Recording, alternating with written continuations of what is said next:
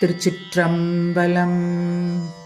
ஓரொரு கால் எம்பெருமான் என்றென்றே நம் பெருமான் சீரொரு கால்வாய் ஓவாள் சித்தம் களி கூற நீரொரு கால் ஓவா நெடுந்தாரை கண் பனிப்ப பாரொரு கால் வந்தனையாள் விண்ணோரை தான் பணியாள் பேரையர்க்கு இங்கனே பித்தொருவராமாறும்